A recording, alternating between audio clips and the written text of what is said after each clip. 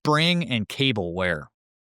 So, based on, I guess, the inspections we've done over the years, I would say the vast majority of garage doors have those overhead springs, and they're under tension, and they really don't move too much. They help assist the door up, and they help lower the door down in a smooth manner. In other words, it's not a free fall.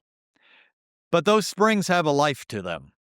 Based on some research we've done, those springs, overhead springs, generally have about 2,000 cycles in them. So think about how often you use a garage door. If you go out that garage door and then back in every day, 365 days a year, let's just say 300 days. Maybe you don't do it on the weekend as much.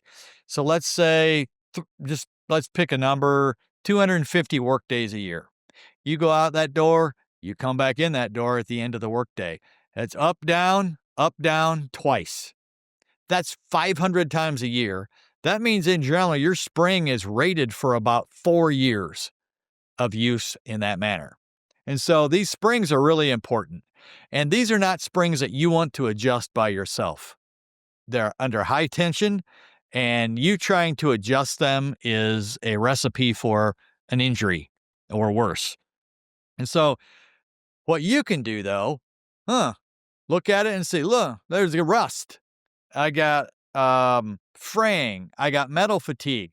Some doors have springs along the side, and it would stretch and compress more like a normal spring that you think of, like maybe on a trampoline or something. All right? And those can get metal fatigue. And so, in other words, when it stretches, even when it's back in its normal resting position, it'll be stretched in a certain area. Well, when you get metal fatigue like that, that's one step from breakage. Definitely don't want that.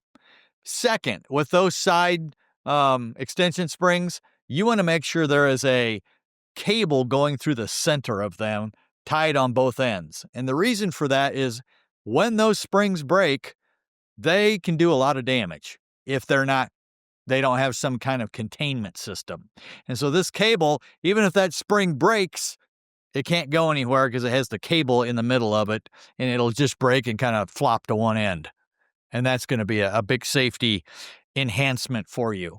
So you go in, you check that for metal fatigue. You're going to check the overhead spring for rust, and then check the cables. The cable that runs down the side of your door to the bottom of the door, which basically is what lifts it up or what winds up as the springs help that happen.